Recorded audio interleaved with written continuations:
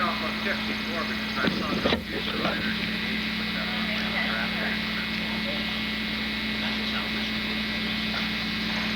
Well, I didn't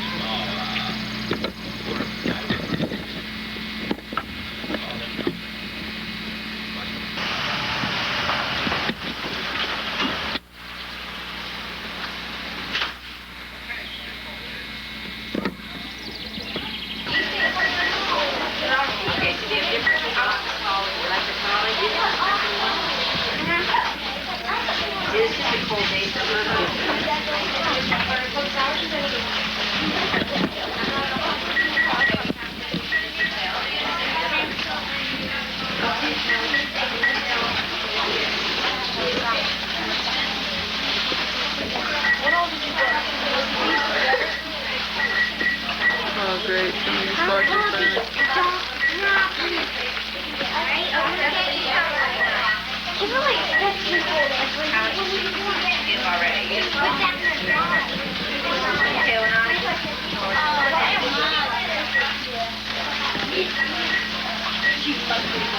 Where's Brenda at? Oh.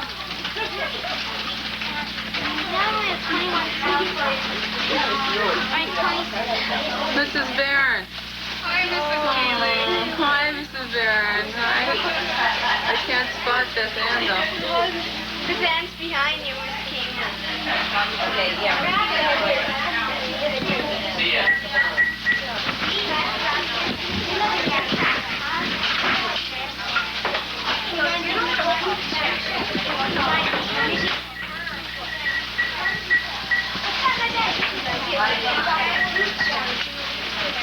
I only have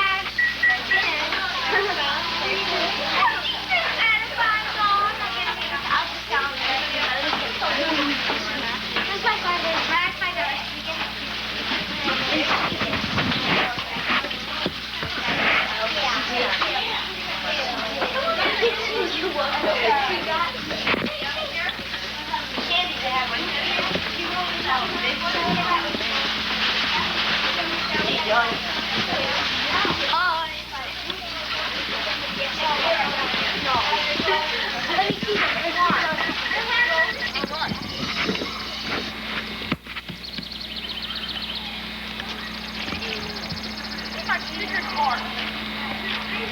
Wave. Talk to me. Hi.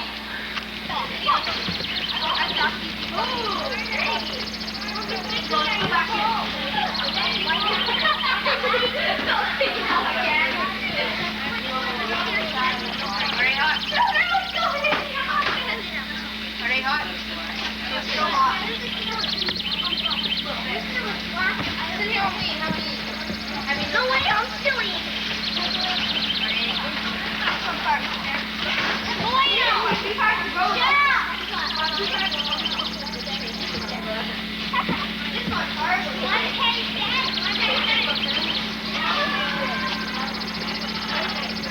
Hi, girls.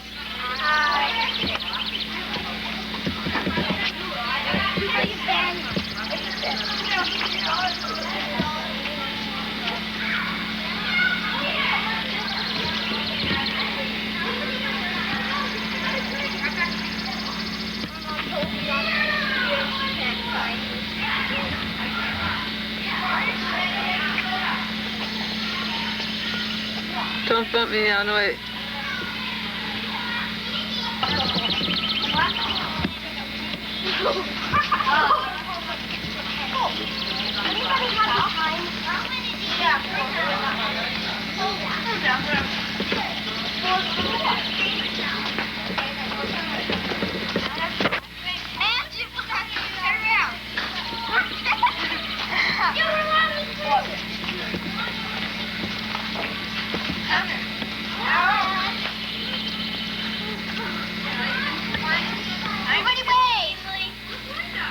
Oh, good.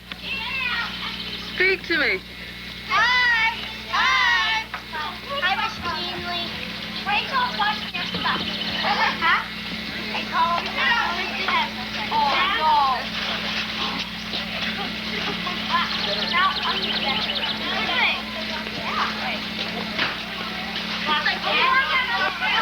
Greg!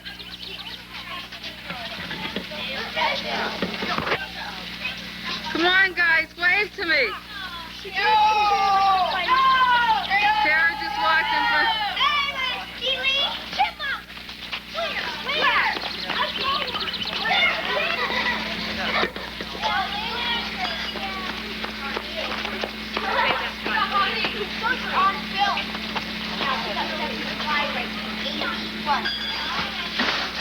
Marta, I'm trying to get that sign.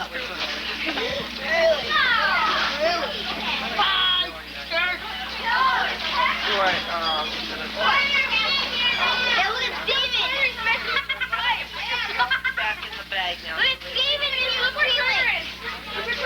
There's a roller coaster down Get here. over here. No, get up here. Get over here right now. Get him. Come on, the train's coming. I hear it. Choo-choo. All right.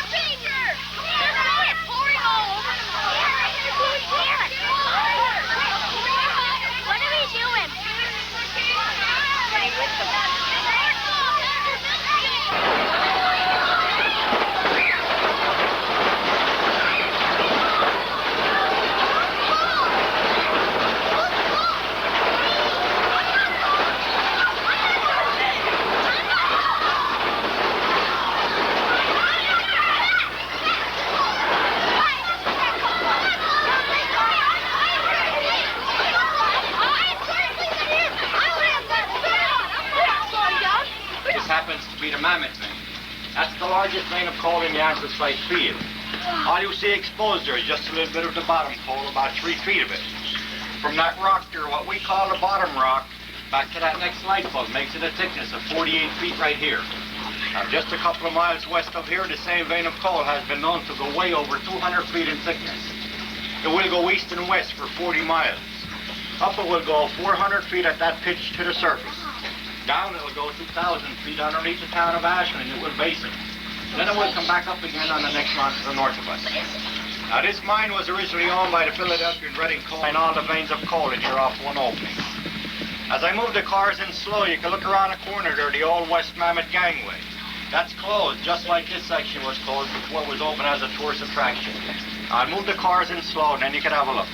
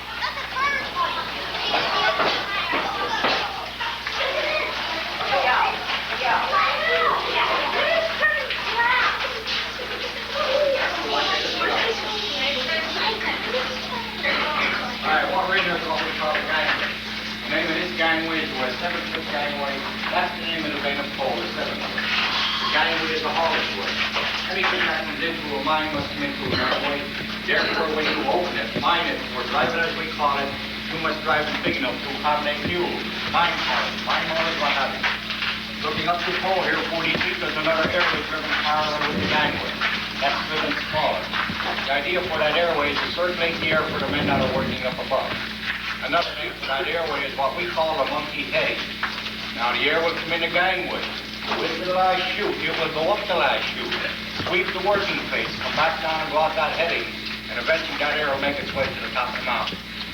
I have a couple of drawings inside I'm going to take you in a little bit later. I'll show you how you ventilate a mine and how you do mine coal. But just remember a couple of things here. You're standing on a gangway. Now back in here is the chute. The chute is where you load the coal into the 4-ton mine cars. Up above this heading is another thing called a battery. Now up above the battery, that's where your pitch mining takes place. That's also called pillar and breast type mining. Up above your head, here's the top rock. Down below, here's the bottom rock. The vein of coal is between the two. Then it will go up to the surface at that angle. Now you can have a look here. There's some fossils in here I want to show you. Piece that off with putting up the steel timber right here. Over here I'm pointing is bark of the tree. Down below are ferns. Down below the plant. Right in this section here is where you're going to find fossils. This is the soft top slate. Back behind you here is the hard top rock. You don't find fossils in that. Down below here is the bottom rock. Sometimes you find fossils in the bottom. You're standing on coal. You're not going to find fossils in coal for the simple reason. Just about 250 million years ago, the surrounding level was flat. The tropical vegetation growing here. And you see how where the Great Plains states are right now. Well, that sea came eastward, brought with its sand and water and moved the vegetation down to feed off the air. Then that sea receded. That lay dormant till you had the mountain milling period. At that time, the earth gave a giant heave and stood these mountains up on end. As the mountains were being stood up with a tremendous heat and pressure, formed by that became vegetation in anthracite coal. Anthracite coal is your hard coal. At the same time, the bituminous coal is being formed, that's the soft coal. The only difference there is the heat and pressure wasn't as great, or else that would have wound up as anthracite. 96% of all the anthracite coal is right here in northeastern and central Pennsylvania. The sand and the mud and some decaying vegetation in it form that in the soft top slate, and that's where your fossils come from. Now, I can have a look here, we go to the entrance. Say something.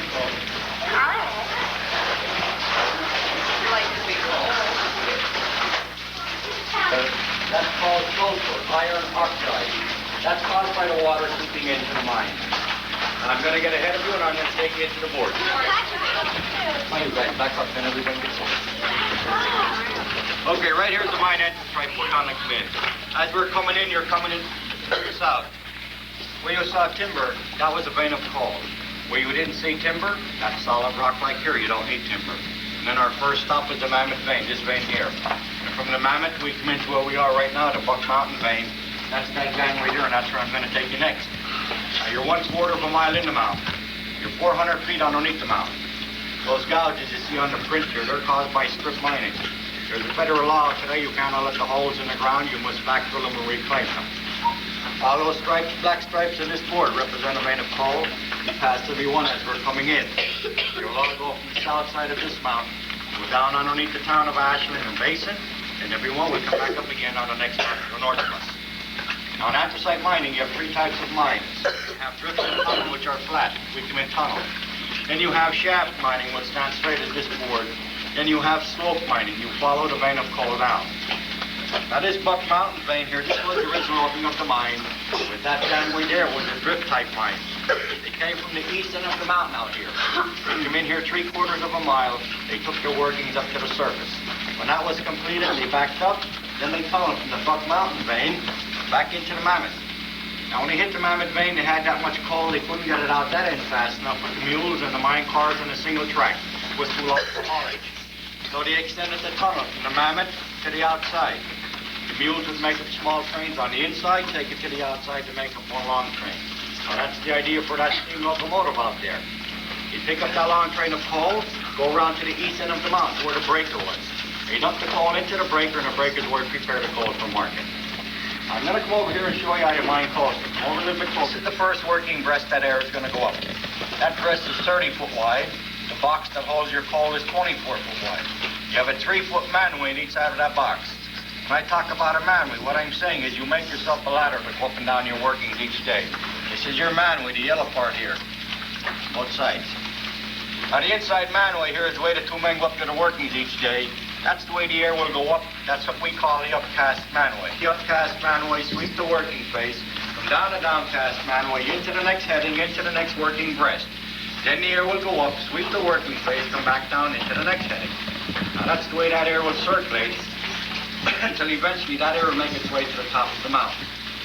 Now that's one reason you let the coal in this box as you drive the breast up, to give you that upcast, downcast circulation of air. Over here the coal is dropped down, there's no way you can circulate that air. You cannot circulate air in the bottle. You have to have that upcast, downcast circulation. Another reason you let the coal in the box as you drive the breast up, each day there's 2 men working here. You must have something to stand on. Now over here the coal is dropped down like I showed you. There's no place for these 2 men to stand. Now here's a side view. It shows a man standing on that pile of coal, and he's drilling into that solid vein of coal with a compressed air drill jackhammer. Each day the 2 men go up. They drill 6 feet into the coal. They tamp those holes with dynamite. Then they build that box up behind them, solid on both sides for 6 feet. They put 6 feet on their upcast manway, 6 feet on their downcast manway. Then the 2 men come back down to the gangway and the fire. Now nobody goes up in there till early the next morning when the fire boss goes up in there to make his inspection to make sure it's all right for these 2 men to go back to work. Now this breast right here is driven up all the way. The coal is about ready to be dropped. You come down to what we call the battery. You're going to see that battery when I take you to the next gangway. You open that battery up, the coal will come by gravity down to the chute. From the chute, you load the coal into the 4-ton mine cars. That's where the mules will pick it up and take it to the other site. I'll give you an idea how much material these 2 fellas take up to their workings each day. This vein of coal was 6 foot 6. They take it to 4 props, 6 foot long. Now, a prop is a stick of timber 6 feet long. It's no big around, you take 4. And then you take enough boards to board that box solid on both sides. That could be anywhere from 20 to 25 boards to sort of width, 6 foot long, 1-inch thick green lumber. And then you take enough poles to put 6 feet on your upcast manway, 6 feet on your downcast manway. Now, besides all that material, you take enough dynamite, enough exploders, enough wire, nails. Then the 2 men get on the upcast manway, and they pass all that material from one to another. Maybe they're going up there 200-300 feet. Just to get up to your working face, it takes over half your shift to get up there. When you get up there, you're pretty well tired. But then when you're up there, you're on what we call the downhill side of your shift. The drilling part is easy. Now looking at this print, you see something marked pillar. A pillar is a solid block of coal that's 30 foot wide to go from one gangway to another. The only thing taken out of that pillar is your headings to circulate the air. Then you have a 30-foot breast of blasted coal, 30-foot pillar of solid coal, 30-foot breast of blasted coal, 30-foot pillar.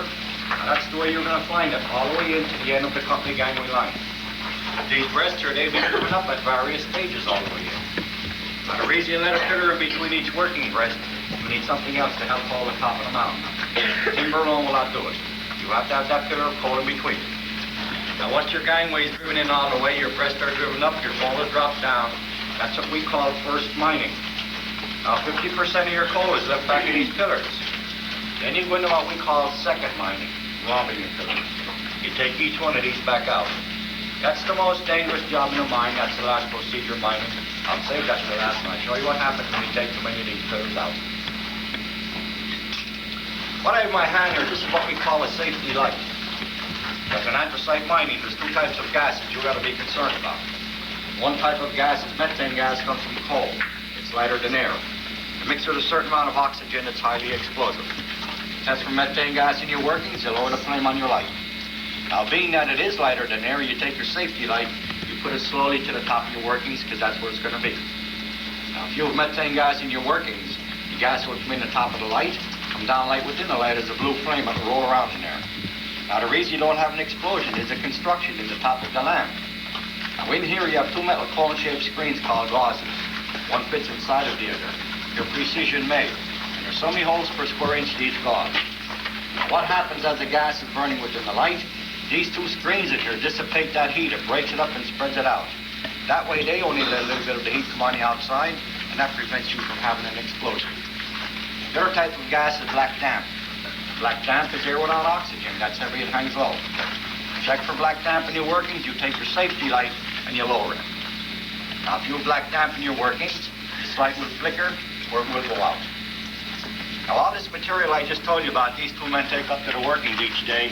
The lead miner gets on the upcast manway or in the morning, and then he'd reach up to it, boys, he can reach test for these gases. If there is none, you pass all that material. Then you check again. No gases, you pass all that material. Now you have to do that all the way up to your working face. Because the closer you get to your working face, that's where those gases are going to be. You're going to go up for 200-300 feet at about a 60 or 65 degree pitch. That's what that Buck Mountain plane's on, 65 degree pitch. And this light is hanging on your belt and you're not checking. You get up in here and you stick your head in the pocket of methane gas. It only takes a couple of whiffs of that stuff. You get lightheaded, you get dizzy. And before you realize what's happening to yourself, you could lose your footing, come tumbling back down that manway. You could kill yourself. Same way black damp. Stick your head in the pocket of black damp, a couple of good whiffs of that stuff. Your arms get tired, your legs get weak. As a matter of fact, you get tired all over. You want to lay down. Once you lay down in black damp, you stay down. You don't get back up again. But those gases are deadly. Okay, looking at the thermometer, it's up to about 50 degrees. Now, the hottest month of the year is July. That thermometer will go up to about 53 or 54 degrees and stay there. But then as your seasons go down towards autumn and winter, that thermometer will start to drop. Now, the coldest month of the year is January. When you look up there, it looks pretty rugged going. Believe me, it is. I don't think anybody would hesitate to go up there in case they had to. Now, what you're going to look up here now, this is actually a working dress, like I explained out here on the board. When you look up here, you're going to see poles on the bottom, and that's the manway I talked about. And that's the way the two men go up to the workings each day and pass all that material from one to another. And each day they go up there, they advance 6 feet into that solid vein of coal. All that material they take with them each day will weigh anywhere from 250 to 300 pounds. Over this side over here where the light is, that's the way the coal go up. Where the ladder is, right here comes down. Over here is the battery I talked about. You open that battery up, the coal will come by gravity down to the chute here. From the chute, you load the coal into the 4-ton mine cars. That's where the mules will pick it up to take it to the outside. I can have a look over and go a little bit further. Now, you guys stay with your group. Don't go on.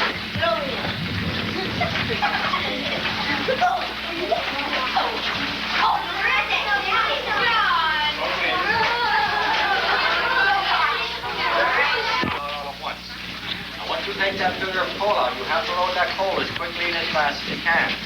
Because once you've taken up those pillars out, what's going to happen? The top rock is going to take weight. It will break. The mountain will collapse. It will close the gangway. Well, that's what happened in front of us here. They took the gangway in an extra quarter of a mile, took the workings up to the surface. When that was completed, then they start robbing the pillars from the inside out. They got back a quarter of a mile towards us. The top rock broke. The mountain collapsed. It closed the gangway right there in front of us.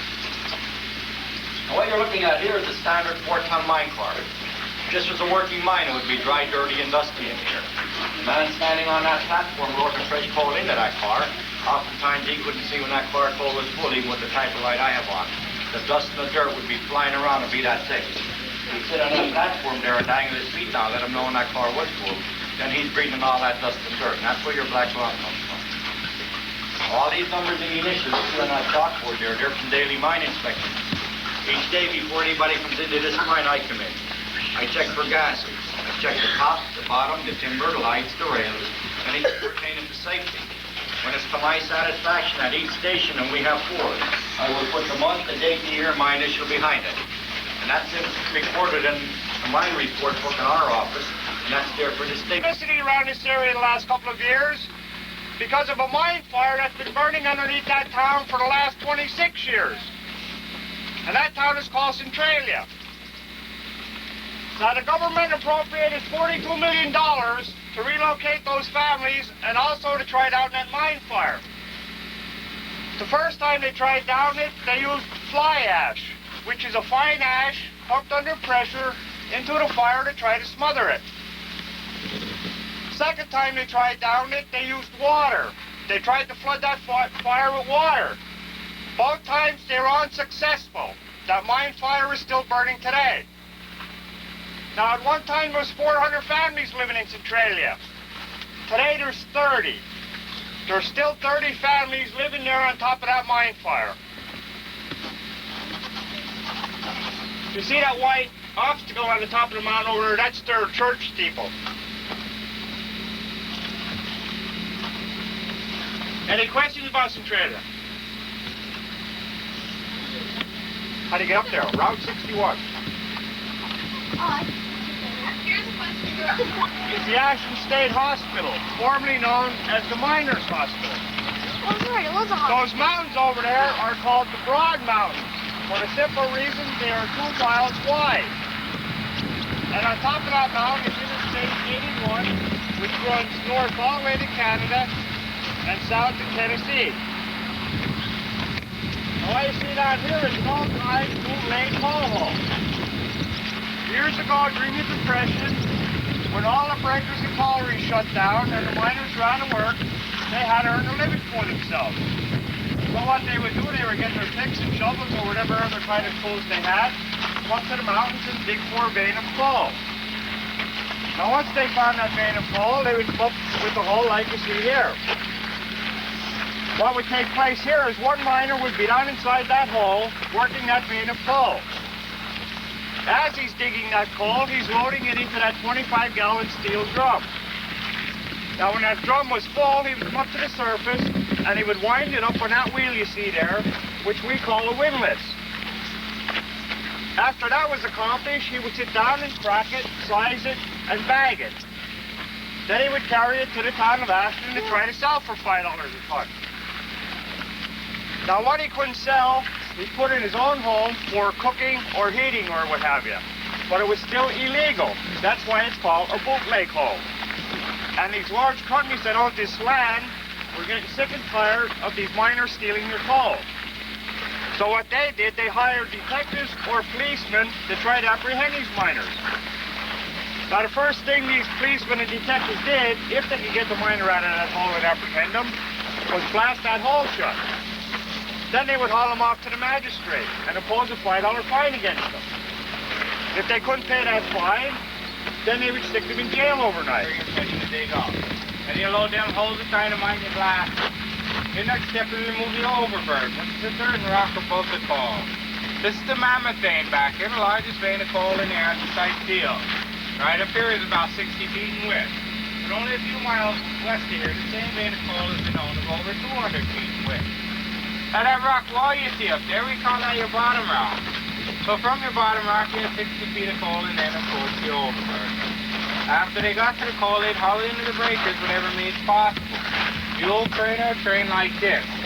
Now these cars you're riding in were once coal cars. That's why they're a little bouncy.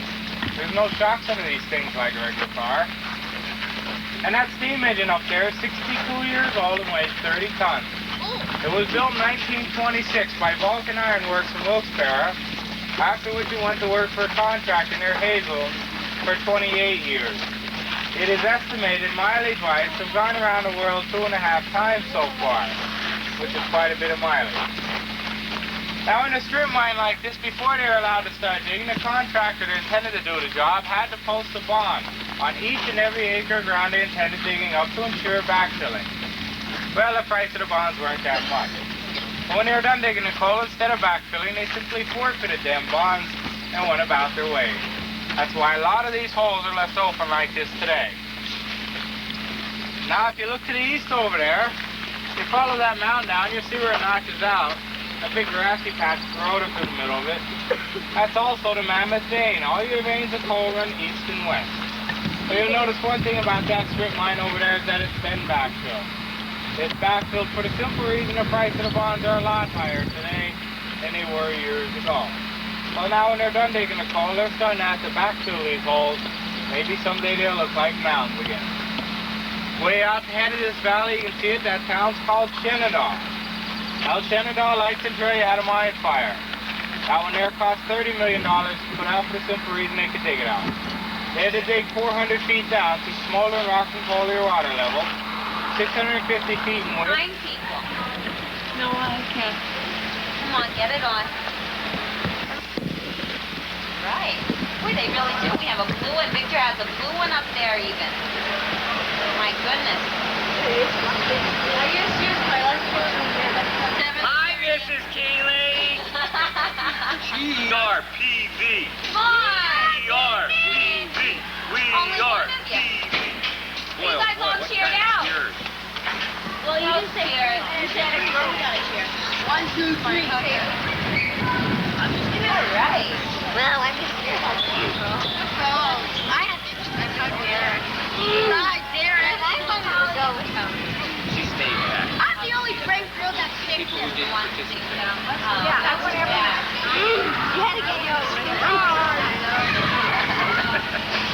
You're supposed to close your mouth when you take the picture. I can't do it that way. I can't. Flies. You catch a lot of flies that way, I'll bet. Pick up on